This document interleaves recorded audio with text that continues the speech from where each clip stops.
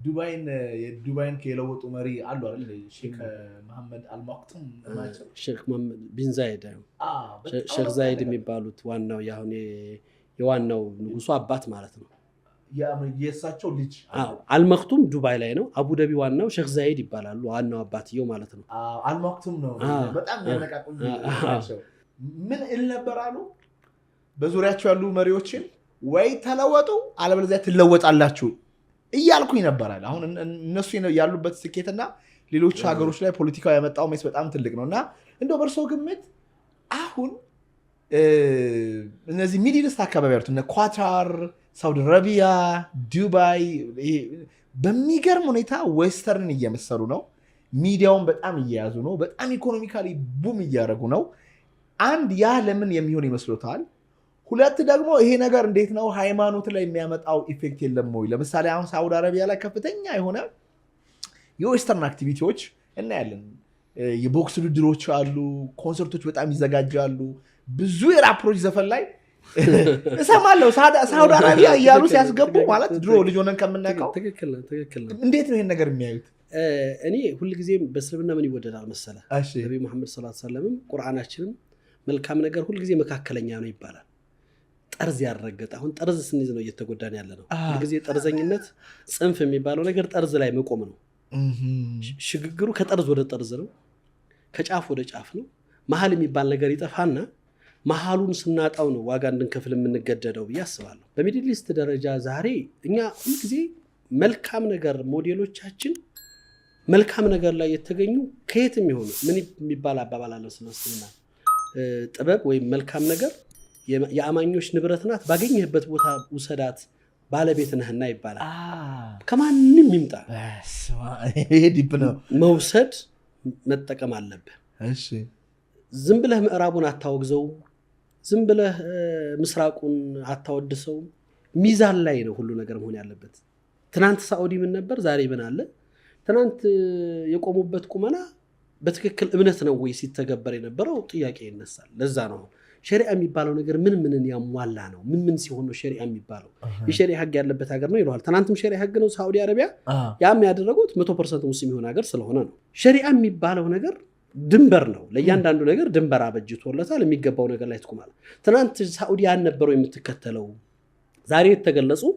ትናንት የተደበቁ ነገሮች ስለነበሩ እንጂ ይሄው መጠጥ ትናንትና በድብቅ እየገባ ከዓለም ላይ ከፍተኛ ሽያጭ የነበረው ሀገር ሳኡዲ ነው ሪል ቁመናው ላይ ቁመህ ነው ማውራት መቻል ያለብን ሁለት የስልጣኔ መገለጫ አሁን ትልቁ ስህተታቸው እንዳልኩ የስልጣኔ መገለጫ ዘፈን አይደለም ኮንሰርት አይደለም ወይም ደግሞ ቦክስ ውድድር ማድረግ አይደለም የመጀመሪያው የስልጣኔ ደረጃ ከሰው ልጅ ጋር የሚኖር ግንኙነት ነው ሐዳራ የሚባለው ይሄ አእምሮ ያደገ ሲመጣ ነው ዛሬ ልክ እንዳልኩ ነው እዚህ አንድ እምነት ያለው ማህበረሰብ ላይ የተገደበ እነዚህ ዛሬ ኸሊጅ አልዓረብ የምትላቸው ሚድል ኢስት አብዛኛዎቹ ኳታር ሳኡዲ ባህሬን ምናምን የምትላቸው ኤሚሬትስ የምትላቸው ሀገሮች አንድ ሀገር ነበሩ ዛሬ ግን ተለያይተዋል ድንበር ገድበዋል ቪዛና ፓስፖርት ይዘው እስከመጠላላት ደርሰዋል እምነታቸው ግን ይሄን አይደለም ያዛቸው ዛሬ ደግሞ የማይተዋወቁት በጣም ሩቅ የነበሩት አውሮፓውያኖች እንዳልኩ ሸንገን ተብሎ 10 ምናምን ሀገራቶች በአንድ ቪዛና በአንድ ፓስፖርት ይንቀሳቀሳሉ ድንበር የለ ገደብ የለ በአንድ ገንዘብ ዩሮ እየተጠቀሙ ነው ያሉት አሜሪካን የሚያክል ትልቅ ሀገር ዛሬ ድረስ ከነ ሜክሲኮ ግዛት እየገዛች የምትኖር 300 ምናምን ሚሊዮን 50 ምናምን ስቴት የያዘች ሀገር አሜሪካ ካሊፎርኒያ ብቻ ብትሄድ እኮ ሌላ አንድ ዓለም ነው በጣም ሂውጅ ነው በጣም ግዙፍ ነው የዓለም ህዝብ ሁሉ መጥቶ ሀገሬ ብሎ አድጎበት አምሮውን አሳድጎበት ራሱን ጠቅሞበት ለዓለም ጠቅሞበት አሜሪካኖች ዛሬ የሰው ልጆችን ሁሉ የበላይ እንትኑ ላይ ማማው ላይ ተቀምጠው መሪ የሆኑበት ምንድነው የዓለምን ጭንቅላት ነው የገዙት ዓለም ላይ ያሉ ቶፕ ነገሮችን ሁሉ ከፍለው ወስደዋል ጭንቅላትን ገዝተዋል አእምሮን ገዝተዋል እነዛን አእምሮ እዛ ሀገር ላይ እንዲያመርቱ አድርገዋቸዋል መያዝ ያለባቸውን ዕውቀት ለሰው ዘር ማስተላለፍ ማሸነፍ የሚገባቸው ቦታ ላይ እንዲቆሙ አድርጓቸዋል ተፈላጊ ጭንቅላቶች ሁሉ እዛ ናቸው ዛሬ አሜሪካ ላይ ያሉ ትልልቅ ሳይንቲስቶች ትውልድ አሜሪካኖች እኮ አይደለም ከ110% ትውልድ አሜሪካን አታገኝም ከመላው ዓለም የተሰደደ አእምሮ እንኳን በአግባብ ሀገሩ ላይ መጠቀም ያልቻለ ሰው ነው እዛ ሀገር ላይ ሄዶ አእምሮ ተከብሮ ጭንቅላቱ ተከብሮ አእምሮን ሽጦ ለዓለም የሚተርፍ ማንነት ያዘው የምንወስዳቸው ነገሮች ናቸው አሁን ሳኡዲ የሚያስፈልገው ዘፈን ነው ኮንሰርት ነው ለማህበረሰቡ ወይስ ምናምን ነው ኖርማል ለሚፈልገው ሰው የራሱ መስመር አለበት ምርጫ ነው እስምና አስተምሮት ማስገደድ የሚባል ነገር የለም ክልክል ነው ላኢክራህ ፊዲን አላህ በዲን ማስገደድ የለም ምርጫ ነው ይሄ የተሻለኝን የመረጠ ሰው ምርጫ ነው። ሰው በህይወት ውስጥ ሲፈጠር መርጦለታል። ይሄንን አይወሰዱት አይደለም። ትናንትናም ባለቤት ነበሩ። መውሰድ የነበረባቸው ቅድሚያ እንደ ማህበረሰብ አሁን ለሳዑዲ ትልቅ ሀብት እንዳላት ሀገር ዓለም ላይ ብዙ ነዳጅ እንደምትሸጥ ሀገር ዛሬ ያለችበት የሳዑዲ ማንነት እዛ ቦታ ላይ መቆም ነበረባት አልነበረባትም? በቃ የተዘጋ ከዓለም ራስን ዘግተህ የሌለ ማንነት ውስጥ ስትኖር ከሁሉም ማተት ትኖራለህ። ግን በአግባብ መጠቀም ያለባቸው ዕውቀቱን ነው ያመጡት፣ ጭንቅላቱን ነው ያመጡት። በኳታርና በሳዑዲ መካከል ጠብ ተፈጥሮ ነበር አይደል? በጥቂት ጊዜያቶች ኳታሮች ሀብታም ሀገር ናቸው። ትልቅ ሀብታም ሀገር ናት ኳታር ማለት። ሁሉ ነገር የሚመጣው ምግብ የሚመጣው ወተት የሚመጣው ከሳዑዲ ነበር። ልክ ሳዑዲ ጋር ሲጣሉ ሁሉ ነገር ብሎክ ሲሆን በአንድ ቀን ነው ዓለም ላይ ለውጥ ማምጣት እንደተሸወዱም የገባቸው። የሆላንድ ላሞችን በመቶዎችና በሺዎች የሚቆጠሩ ላሞችን የተዘጋጁ ወተት ሰጭ ላሞችን ሚሊየንስ ኦፍ ዶላር ገዝተው እዛ ሀገር ላይ ያስገቡና ፋብሪካውን ከፈቱ፣ ዩኒቨርሲቲዎችን ከፈቱ፣ ፋብሪካዎችን ከፈቱ። አንድ ሙተነቢ የሚባል ታላቅ እስላማዊ ገጣሚ አለ። አንድ የሚገርም አባባል አለው ግጥሙ በአረበኛው በአማርኛው ልንገርህ። እኔ ከነውሮች ሁሉ ነውር ነው ብዬ አላስብም፣ በሰው ልጆች ውስጥ ከባድ ነውር ነው ብዬ የማስበው መሙላት እየቻሉ እንደሚያጎድሉ ሰዎች ነውረኛ አለ ብዬ አላስብም። ማድረግ እየቻሉ እንደማያደርግ ሰው ነውረኛ አለ ብዬ አላስብም ይላል። ይሄ ማድረግ የምትችላቸውን ነገሮች ተመጽዋችነትን ከመረጥ ካንተ የመረጥከውና የወሰንከው ውሳኔ ነው። ትናንትናም ዛሬ እንዳልከው ይሄ ዱባይ በጣም የሚገርም አቅም፣ በጣም የሚገርም ጭንቅላት ያንን ባህር ያንን አሸዋ ወደ ግሪን ለውጡ እኛ ሀገር አረንጓዴ ምናምን ያለው እንዳለ ነው። እንትኖቹ በተረት እየኖርን ተሸንፈናል። እድሉ እያለን ሳንጠቀምበት ቀርተናል። ግባብ አሁን መለወጥ የሚችሉበት ትናንትና ይሄን ማድረግ ይችሉ ነበር። ከዛ በፊት መቅደም የሚችሉበት ማንነት ነበራቸው። የተሻለ ገንዘብ ነበራቸው።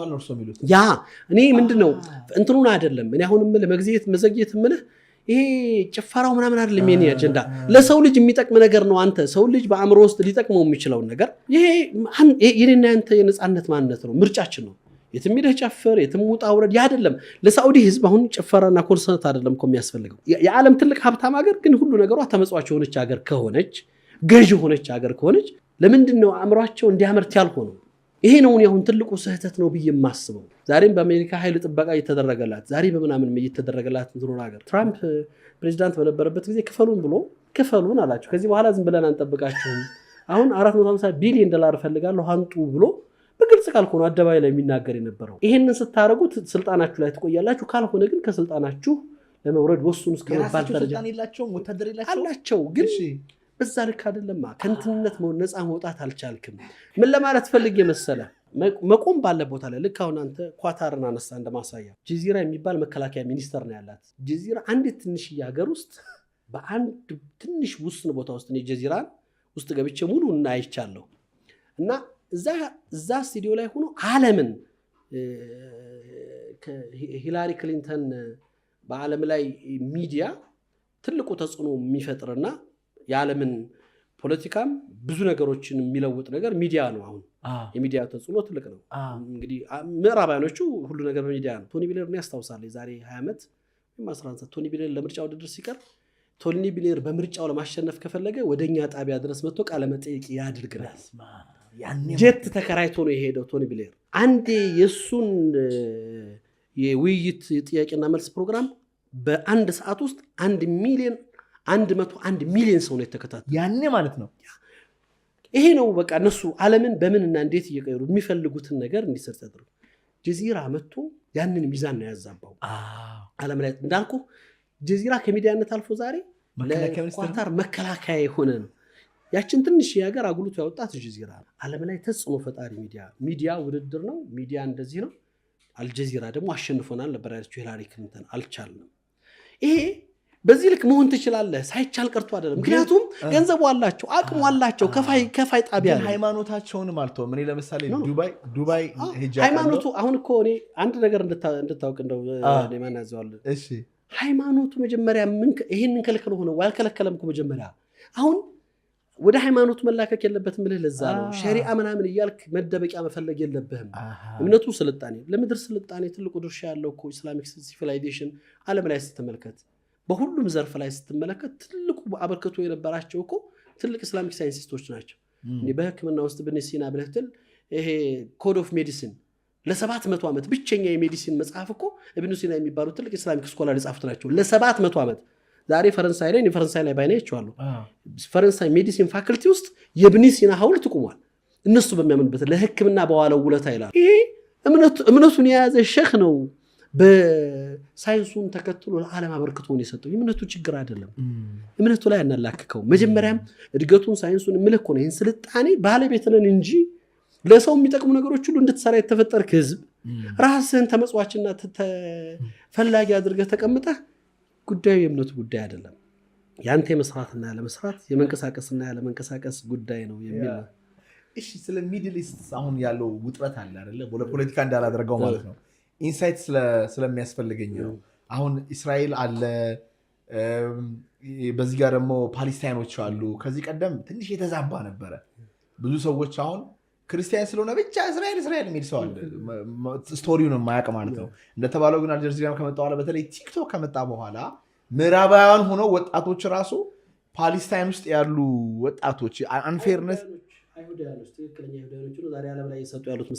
እስኪ ምንድን ነው የእርሶ እይታስ ምንድን ነው? እኔ እንደ አንድ እንዳማኝ የፍልስጤንና የእስራኤል ምድር ላይ ያለው ግጭት መሰረቱ እምነት ነው።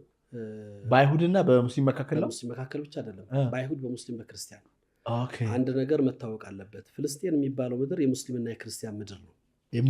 ዛሬ የክርስቲያን ጳጳሳቶች እንግዲህ አሁን አንድ ሰው የማይገነዘበው ኢትዮጵያን ክርስቲያንስ እንዲያውቅ የምፈልጋቸው ነገሮች ውስጥ በተለይ ይሄ ጭፍን ደጋፊነትና ዓለማው ካለውቀት ያመነጭ እስራኤል የምትባለው ሀገር በመሰረቱ እስራኤል 1948 የተመሰረተች ሀገር ናት። እስራኤል የሚባል ሀገር አልነበረምም፣ የለምም፣ በታሪክም አልነበረም። በኒ እስራኤል ህዝቦች የሚባሉ በታሪክ የዘመናትና የሺህ ዓመታት ታሪኮች የነቢያቶች ምድር ነው። እንኳን አንተ እዚህ መካከለኛው ምስራቅ እምነት ከፈለቀበት መሰረት ከተነሳበት ቀርቶ አይደለም ሀገራችን ላይ እኮ ከክርስትና በፊት እኮ አይሁድ ነው የገባው እዚህ ሀገር ላይ። ታሪኩ ይሁን መጀመሪያ አይሁድ ገባ፣ ተከትሎ ክርስትና ገባ። ከክርስትና በኋላ በተወሰኑ 100 ዓመታት ልዩነት እስልምና መጣ። ይሄው ነው ታሪካችን።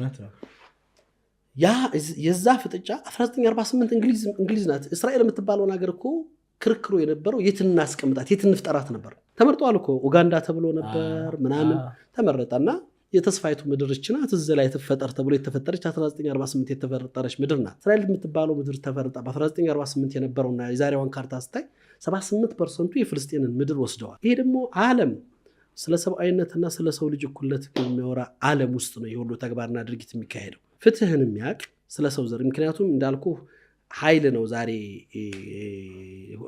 ኃይል በተናገረበት ጊዜ እውነት ይጠፋል፣ እውነትን የሚያነሳው እስኪመጣ ድረስ። ምክንያቱም ጉዳዩ የኃይል ጉዳይ ይሆንና ሚዛኑ የኃይል ሚዛን ይሆንና ከዛ ውስጥ የሁሉ ጭፍጨፋ ዛሬ ስለ እንስሳ መብት የሚጨነቅ ስለ ሰብአዊነት እያለ የሚያወራ ማህበረሰብ ዓለም ላይ ባለበት አንቶኒዮ ጉተሬዝ የተባበሩት መንግስታት ዋና ጸሐፊው ማለት ነው ለ75 ዓመታት እየተደረገ ያለው የጭቆናና የግፍ እንትና አገዛዝ መቆም አለበት ብሎ ኦፊሻል ነው ስቲል ነው እየተናገረ ያለው። ግን ማን ይሰማዋል? ጉዳዩ ዓለም በተዛባ ሚዛን ውስጥ ስለቆመ በ100 ሺህ የሚቆጠር ህዝብ እየተጨፈጨፈ ቤት ንብረቱን እያጣ ከ20 ሺህ በላይ ህፃናትና ከ20 ሺህ በላይ ሴቶች እየተገደሉ ዝም የሚል ዓለም ስለ አንድ ሰው መብት ሊነገረኝ አይችልም። እውነታው እኔ አሁን መታወቅ ያለበት የእውነትና የሐሰት በተለይ ለኛ ሀገር እንደ ማህበረሰብ ፍልስጤን ቤተልሔም እኮ ያለው ኢየሱስ ክርስቶስ ወይም ደግሞ ሰይድና ኢሳ የተወለዱበት ቤት ቤተልሔም ነው አይደለም? ቤተልሔም እኮ ፍልስጤን ምድር ነው ያለው። ቤተልሔም ውስጥ ያሉ ክርስቲያኖች ናቸው። ዛሬ የናስር አረፋት ፓርቲ ውስጥ ዋናው ፒኤልኦ ወይም ደግሞ የዋናው የፍልስጤን ነፃ አውጪ ግንባር የናስር አረፋት ፓርቲ ውስጥ ግማሹ ሊደሮች እኮ ክርስቲያኖች ናቸው። ካቶሊክ ኦርቶዶክስ ናቸው ትልቁ ቁጥር ያላቸው። ለሀገር እኩል ሙስሊሙ ጋር ይታገላሉ። አገር ነው የተወረረው፣ ምድር ነው የተወረሰው፣ ከቀይህ ነው ላፈናቅለህ የተባለው፣ ማንነት ነው የተገፋው፣ ከክርስትና የተባለ እኔ እስራኤል ውስጥ እኮ ዛሬ እስራኤል በምትባለው ግዛት ውስጥ እስራኤል ተብላ በተፈጠረች ግዛት ውስጥ እንደውም ከክርስቲያኑ የበለጠ ሙስሊሙ ይበዛል። 19% ሙስሊም ነው የእስራኤል ዜጋ፣ 19% ክርስቲያን 1% ነው። ክርስቲያን ላይ ምናልባት ከትናንት ወዲያ አይተህ ከሆነ ከኢትዮጵያ እንግዲህ ፈላሻ ተብሎ የሄዱት አይሁዶች ኢትዮጵያን አይሁድስ ማለት ነው ከሞቱ ለዚህ ለእስራኤል ተብሎ ዛሬ እነሱ ለሚያምኑት ለነፃነት ለሚባለው ትግል ለተገደሉት መቃብሮቻቸው ላይ መስቀል የተጻፈበትን ከኛ ከአይሁድ ማንነት ጋር ስለምን ከመቃብሮች ላይ መስቀል ይነሳ የሚል እኮ ትእዛዝ ነው በካቢኔት ላይ የተወጣው። ይሄንን መስቀል ይነሳ መስቀል መቃብር ላይ የተለጠፉ መስቀሎችን አንሱ ነው የተባለው በቀጥታ ትእዛዝ። የሞቱ ለእስራኤል ዋጋ ከፍሏል የሚባሉ ወታደሮችን እኔ ሰው ሆኖ በነፃነት የሚያምን አንድ ነፃ የሆነ ሰው በአገሩ ላይ መሬቱ ተወስዶ አገሩ ላይ ለ20 እና ለ30 ዓመታት አጥር ታጥሮበት እስረኛ ሆኖ የኖረ ማህበረሰብ በዚህ ልክ እንዲኖር የፈቀደና ያሳዝናሉ። ታሪካቸው በጣም ያሳዝናሉ። ዋረበሬዲስ እንደ ሰው ልጅ ስቶሪውን ስታይ እኔ አንድ ጓደኛዬ ነው ስለ እውነት ከሆነ ሰው መቆም ያለበት መደገፍ መቃወም ሌላ ጉዳይ ነው። አንድ መደገፍ መቃወም ከእውቀት ሲሆን ጥሩ ነው። ስላወቅነው ነገር ነው መደገፍ መቃወም። እኛ በተለይ እንደኛ ማህበረሰብ ሲደግፍህም ሲያደንቅህም ያለ መሰላል ነው የሚሰቅልህ፣ ሲያወርድህም መሰላል አይጠቀም። እንዲሁ ነው ፈጥፍጦ የሚጥልህ። ሚዛን የሚባል ነገር የለም፣ መሃል የሚባል ነገር የለም። ይሄ ያሁሉ የሰራው በጎ ስራ ያ የተደነቅባቸው ነገሮች አንድ ነገር አይወሰድልም። ሲያወጣህም እንዲህ ይሰቅልሃል፣ ሲያወርድህ ከእውቀት ውጭ ነው። ይህ ከስሜት የሚመነጭ ነው። በእርግጠኝነት አንድ አይሁድ ፈላሻ ዩቲዩብ ላይ ግባ እናንተ፣ አንድ የአይሁድ ፈላሻ ቄስ በአይሁድ እምነት ቄስ የሆነ ኢትዮጵያዊ ስለ እስልምና ስለ አይሁድና ስለ ክርስትና እምነት ሲያወራ ለእኛ ቅርቦቻችን ሙስሊሞች ናቸው ክርስቲያኖች ብሎ ክርስቲያንን እያወግዝና በጣም እያነወረ ነው የሚያስተምረው። እኔ ይህን ከፍቼ ላሳይ ይችላል። ርቀቱ እንደውም እኛ ሙስሊሞች ይቀርቡናል ነው የሚሉት። አያይዘው እንዲመልሱኝ ይፈልገው ከነግሮን ላይና በእስልምና ውስጥ ድንግል ማርያምና ኢየሱስ ክርስቶስ ያላቸው ቦታ ምን እንደሆነ ማወቅ ፈልጋለሁ። አለ ቁርአን ላይ ታሪካቸው አለ። ምን ጥያቄ አለው? በእስልምና ውስጥ ቁርአን ላይ በቁርአን ምዕራፍ ውስጥ ብቸኛ ስሟ የተነሳ ሴት እናታችን መርየም ናት። እኛ እናታችን መርየም ቁርአን ምዕራፍ ስሟ የተሰየመላት ብቸኛ ሴት ምዕራፍ እኮ ነው። ታሪኩማ በጣም በሰፊው ነው። እንግዲህ በእስልምና ውስጥ የንጽህና ተምሳሌት ተብሎ የሚጠቀሱ 4 ሴቶች አሉ። የመጀመሪያዋ እናታችን መርየም ናት። መርየም ቢንት ዕምራን التي احسنت فرجها ይላል። ያቺ የንጽህና የጥብቅነት ተምሳሌት ይላታል። ብፁዕ ናት፣ ቅድስት ናት፣ ክብርት ናት፣ የተመረጠች ሴት ናት፣ ከዓለማት የተመረጠች ነች ይላታል ቁርአን ላይ። በዛ ልክ የተመረጠች፣ በዛ ልክ የተቀደሰች፣ በዛ ልክ ክብር የተሰጣት ሴት ናት እናታችን መርየም አለይሂ ሰላም። ሰላምና እዝነት በሷ ላይ ወረድና መርየምን የሚያነውር ሰው ይጠላት፣ ማርያምን የሚያወግዝ ሰው ይጠላት። ይሄ ያላወቀ የሰውነትን ልክ ያልተረዳ ብቻ ነው። ያንን ቁርአን ውስጥ ከ14 ጊዜ በላይ ነው ስሟ የተነሳው። አንተ እናታችን መርየም ከመጽሐፍ ቅዱስ የበለጣለ ማለት ነው። በከፍተኛ ደረጃ ስሟ ከተወሳባቸው ክብሯ ከተገለጸባቸው ሴቶች ውስጥ አላህ ቁርአን ላይ ለአማኞች ሞዴል ብለው ካስቀመጣቸው 2-3 የመጀመሪያዋ እናታችን መርየም ናት። ضرب الله مثلا للذين آمنوا امرأة عمران ይላል አላህ። ለነዛ ለአማኞች ምሳሌ አድርገን ያመጣናት ያቺ ኢምራን ልጅ ሴት ልጅ የሆነችው ክብርት መርየም ናት ይላል። ለምን እንደው ያከበረው የቅድስና ተምሳሌት ናት። እንግዲህ አላህ Subhanahu Wa Ta'ala መርጧት ፈተና ውስጥ እንድታልፍ አድርጓት አላህ Subhanahu Wa Ta'ala መልእክተኛኛ ነብዩላህ ኢሳ አለይሂ ሰላም ልክ እንደዚሁ በነብይነታቸው ነው የምናምነው። ኢሳ አለይሂ ሰላም ተብሎ ቁርአን ውስጥ ኡሉል አዝም ሚነ ሩሱል የሚባሉ የጽናትና የፈተና ተምሳሌት ተብለው የሚጠቀሱ በእስልምና ውስጥ ትልቅ ነቢያቶች 5 አሉ። አብርሃም፣ ኖህ፣ ሙሐመድ፣ ሙሴና ኢሳ ናቸው። ኢየሱስ ክርስቶስ 5ቱ የጽናትና የከፍታ ተምሳሌት መገለጫዎች ናቸው። ከነዛ ውስጥ አንዱ ሰይድና ኢሳ አለይሂ ሰላም ናቸው። ኢየሱስ ክርስቶስ ማለት በከፍተኛ ደረጃ ታሪካቸው ከተወሳ ክብራቸው ከተገለጸ ነቢያቶች ወይም ደግሞ የአላህ Subhanahu Wa Ta'ala ምድር ላይ ከላካቸው ልዩ ፍጥረቶች ውስጥ አንዱ የአላህም የፍጥረቱ ትልቅ ማሳያ የሆነ ከእናትና ከሴት ልጅ ብቻ የተፈጠሩ በድንግልና እንደተወለደ ታምናላችሁ እንዴ? በድንግልና እንጂ ሌላ ምን አለ? ይሄው ነው። ያው ያን ያወገዙት አይሁዶች ናቸው። በዛ ነው ዛሬ ኢየሱስን ገድለውታል የሚባሉትን አይሁዶች የኛ ናቸው ብሎ ደግፉ ኢየሱስ የኛ ነው የሚሉትን ጠላት አድርጎ ከማየት የበለጠ የሚዛን መዛባት አለ ብዬ አላስብም። በጣም ይገርማል። አለማወቃችን ይሄ ነው የእውቀት መቀንጨር ነው ብዬ አስባለሁ። ይሄ አለመንቃት፣ አለማወቅና ደግሞ ባላወቅነው ነገር ላይ ራሳችንን እንዳዋቂ አድርገን መነሳታችን ዋጋ ያስከፈለን ይመስለኛል። ለዛ የመካከለኛው ምስራቅ ለሁላችንም ለሙስሊሙ፣ ለክርስቲያኑ፣ ለአይሁዱ ሁሉም እንግዲህ የተስፋይቱ ምድር ናት።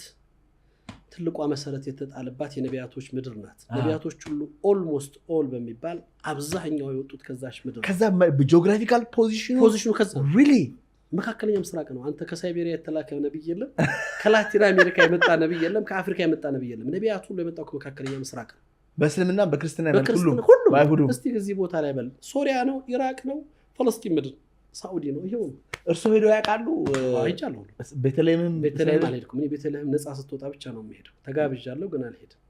ያን ጊዜ ነፃ ከወረራ ከቅኝ ግዛት ነፃ ግን አሁን እንዴት ነው የእስራኤል ጉልበት ደግሞ በቃ እንዳይመስልህ ኢራንን ጥሩ እኔ የኢራን የምናምን ጉዳይ ሳይሆን ተፈጥሯዊ ሚዛን አለ። ሁልጊዜ ግፍ እድሜው አጭር ነው፣ በደል እድሜው አጭር ነው። ምንም ኃይል ቢኖርህ ምንም አቅም ቢኖርህ አሜሪካን ያለምን ኃይል ይዛ ገብታ ነው አፍጋኒስታን ላይ 20 ዓመት ተሸንፋ ነው የወጣችው። ሩሲያ አፍጋኒስታን ላይ ገብቷል በ1980ዎቹ መጨረሻ ላይ 89 ላይ ሩሲያን የሚያክል ሀገር ለዛውም ዛሬ ባለችው ሩሲያ አይደለም ሶቪየት በነበረበት ዘመን በደል ነውና የሰው ሀገር ወረው ነውና ተሸንፈው ነው 1989 ላይ በሽንፈታቸው አምነው የወጡት። እና አሜሪካ ቪየትናም ላይ ተሸንፈው ነው የወጡት፣ አሸንፈው አይደለም የወጡት። ይሄ የኃይል ሚዛን ጉዳይ አይደለም። ተፈጥሮ ራሱ ይተፋል። በደል ሰዎችን ያዋርዳል። ምንም ኃይል ቢኖርህ ምንም አቅም ቢኖርህ የሄድክበትና የተከልከው መስመር ግፍና በደል እስከሆነ ድረስ ትከፍለዋለህ። እነሱ ግን የእግዚአብሔር ኃይል ከኛ ጋር አለ የሚሉት ያው እንግዲህ እሱ እኮ ነው። አሁን እሱንም የምናይበት እንግዲህ መለያ የሆነ ነገር ይኖረናል። ሁልጊዜ አንድ ነገር ቢያንስ መነሻ እውነት መሆን መቻል አለበት።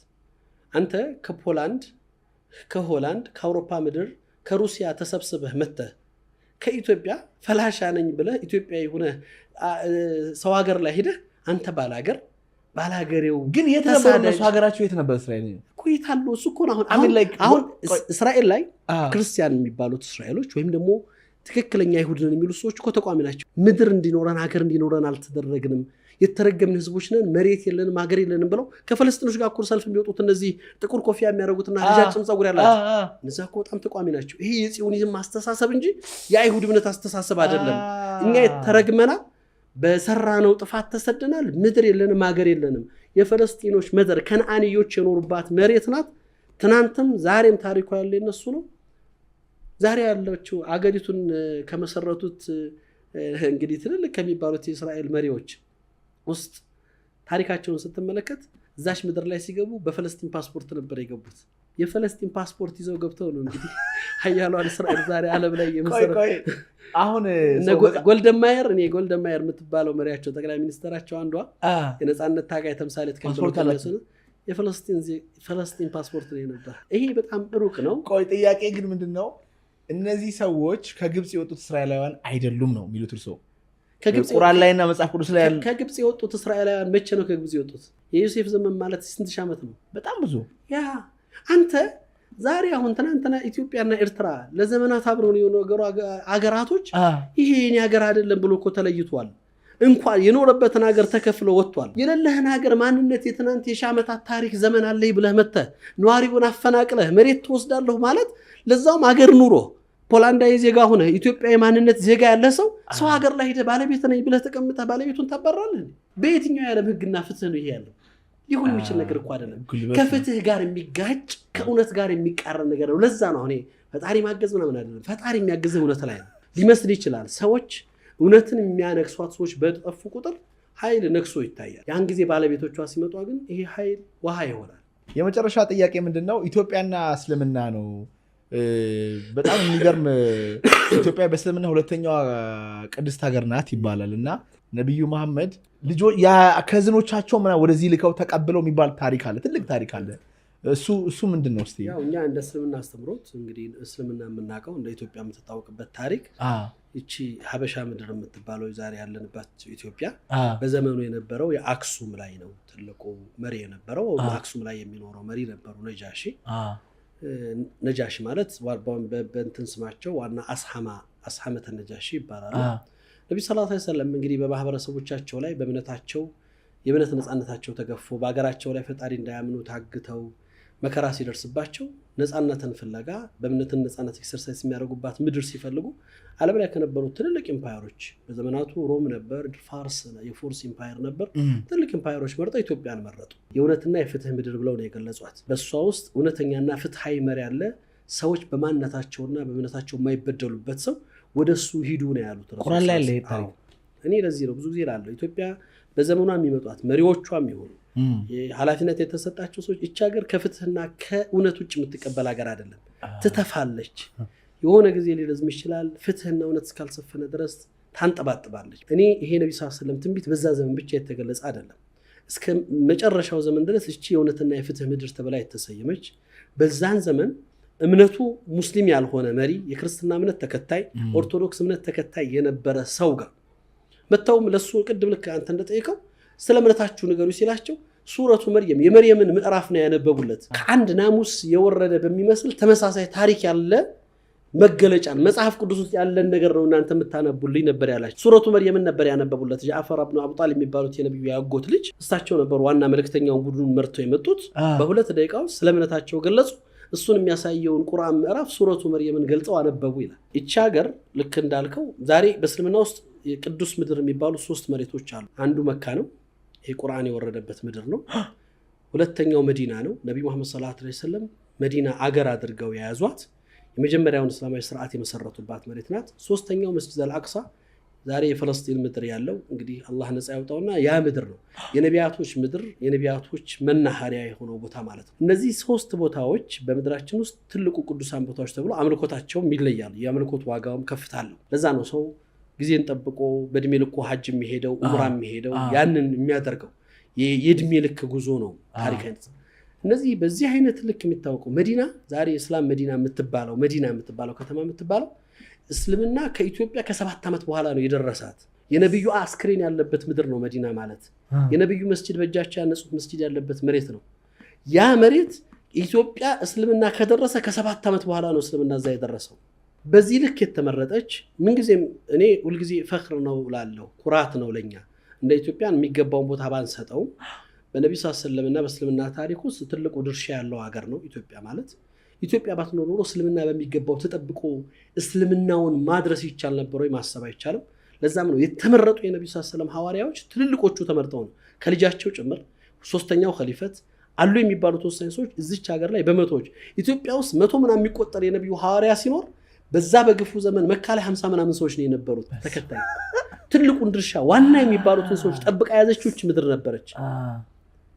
እስልምናን በማስፋፋት ታሪክ ውስጥ ትልቅ ድርሻ ያላቸው ሰዎች እዚህ ነው የተጠበቁት፣ ካደጋ የታደጉት ባለውለታነች ማለት ነው።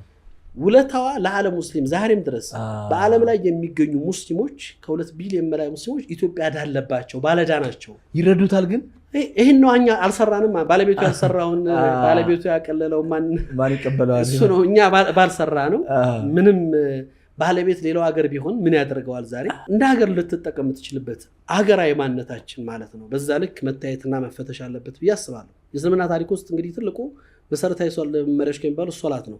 በቀን 5 ጊዜ የምንሰግደው ሶላት የሚጠራው በአዛን ነው። አዛኑ የወጣው በቢላል ነው። ቢላል ሀበሻዊ ኢትዮጵያዊ ባሪያ ነው። ኢትዮጵያዊ ሰው ነው። ለእኛ የክብር መገለጫ የሚባለው የሙእሚን የአማኝነት ማመኛና ያለማመን መለያ የሚባለው ሶላት በአዛን ነው የሚጠራው። አዛኑ የተጀመረው በቢላል ነው። ነብዩ መሐመድ ሰለላሁ ዐለይሂ ወሰለም እናታቸው ከሞተች በኋላ ጡት ያጥባቸው በረካ የምትባለው ኢትዮጵያዊ ሴት ናት። ሀበሻዊት ናት። ኡሙ አይመን ይሏታል። ከእናቴ በኋላ እናቴ ያሏት የነብዩን ጡት ያጠባች ነብዩን ያሳደገች ሴት ኢትዮጵያዊ ሀበሻዊ ሴት ናት። ይሄ የኛ ታሪክ ማንነት ነው። በእኛ እስልምና አስተምሮት ኢትዮጵያ ለእስልምና ያላት ድርሻ ታሪክ ቦታ በጣም ትልቅ ቦታ ናት። እስልምናን አስበህ ኢትዮጵያን ለማሰብ አይቻልም። መለያየት የማይችለው ለዛ ነው። ቁርኝቱ ትልቅ ነው። ኢትዮጵያ የሆነ ዜጋ በእምነቱ ክርስትናን የሚከተል በእምነቱ እስልምናን የሚከተል ከመከባበር እውቅና ከመሰጣጠት አንዱ ለአንዱ ከመኖር የበለጠ ምንም አማራጭ እንዳይኖረው ተደርጎ የተፈጠርን ህዝቦች ነን ብዬ አስባለሁ። ይሄ መለኮታዊ መመሪያችን ነው። ይሄንንም ነብዩ መሐመድ ሰለላሁ ዐለይሂ ወሰለም ለዛ ነው ክብራቸው ነጅራን የመን ኦርቶዶክስ ክርስቲያኖች ነብዩ ጋር ለመዋየት በሄዱበት ጊዜ መስጊድ ውስጥ ነው። ይሄ እኔ አሁን ስለመቻቻል ማለት ሲወራ መቻቻል የሚለው ቃሉን አልወደውም። እኔ መከባበር ነው አለብን ብዬ ማስበው። ምክንያቱም መቻቻል ማለት አንተ ቻል ስትባል ብትገፋም ቻል ነው እኮ። ለምን መገፋት ይኖራል? ሳንገፋፋ እውቅና ተሰጣጠን ተከባብረን መኖር እየቻል ገፊ ያለ ብትገፋም እየቻልክ ኑር እኮ ነው። መቻቻል ማለት እየተገፋፋም ነው። እኔ መከባበር፣ መፈቃቀር፣ መተሳሰብ ነው ለኛ እውቅና መሰጣጠት ነው ለኛ የሚጠቅመን። አንዱ ገፊ አንዱ ተገፊ መሆን የለበትም። የጋራ ሀገራችን በውሳኔ ፈጣሪ ውሳኔ እዚች ሀገር ላይ እንድንበቅልና እንድንፈጠር የታዘዝን ህዝቦች ነው። አማራጭ የለንም። ምን አንተን ገፍቻ አንተን ገፍተህ መኖር አትችልም። የጋራ ሀገራችን ናት። እኩል እናሳድጋት፣ እኩል እንጠብቃት፣ እኩል እንጨለቅላት የሚገባው። ከዛ ውጭ ደግሞ እኔ አንተን እውቅና ሰጥቻ አክብሬ አንተ እኔን እውቅና ሰጥተህ አክብረህ የምንኖርባት ሀገር ናት ሊሆን የሚገባው። ይሄ ብቻ ነው። ይሄንን ስንረግጥ ነው ብዙ ነገር ዋጋ እየከፈልን ያለ ነው ብዬ የማስበው። እና ወደ ኒውዚላንድ ክርስቲያኖች ስመልስህ ክርስቲያኖቹ ነቢዩ መሐመድ መስጊድ ውስጥ መጥተው ውይይት እያደረጉ የሰኔ ጾም ላይ ነው የነበሩት። ቅዳሴ ሰዓት ደረሰባቸው። ቅዳሴ ሰዓት ደረሳቸው ሲሉ ውይይቱን አቋርጠው ቅዳሴያችሁን አድርጉና ከዛ በኋላ ውይይቱን እንቀጥላለን አሏቸው። መስጊድ ውስጥ ነው፣ ነቢዩ መስጊድ ውስጥ። ዛሬ የምድራችን ሁለተኛው የተቀደሰ ቦታ የሚባለው መስጊድ ውስጥ ጥግ ላይ ጸሎት ማድረግ ጀመሩ። ቅዳሴን ሰዓት ቅዳሴ እያደረጉ መግሪብ ሶላት ደረሰ። የአሁኑ ወቅት ሶላት አዛን ተደረገ። በዚህኛው መስጊድ ሙስሊሞች ሰገዱ ነቢዩ እየመሩ። ይሄንን እውቅና የሚሰጥ እምነት የያዝን ሰዎች እኔ አንተን የምገፋበት የምጠላበት አንተን የምጋደልበት ምንም ምክንያት የለኝም። ይሄን አስተምህሮት የያዘ በዚህ ክብር የሰጠ እምነት ባለቤት ነን። ለዛም ነው የክርስትና እምነት ያለውን መሪ ለእምነት ዋስትና ይሰጠኛል፣ የእምነት ነፃነትን ያከብራል ብሎ በሰው በማንነቱ በአስተሳሰቡ በእምነቱ የማይገፋበት ሀገር ኢትዮጵያ ናት ተብላ ተመርጣ ያው ተተግብሮባት ዛሬ ድረስ የእስልምና ብርሃን እንዲወጣ ምክንያት የሆነው የዚች ምድር ንጉሥ የነበሩት ክርስቲያናዊ መሪ አስማሃ ነጃሺ ናቸው ብለን እናምናለን። እንግዲህ ፈጣሪ ከፈቀደ በቀጣይም ጋብዘን የምንጫወት ይሆናል።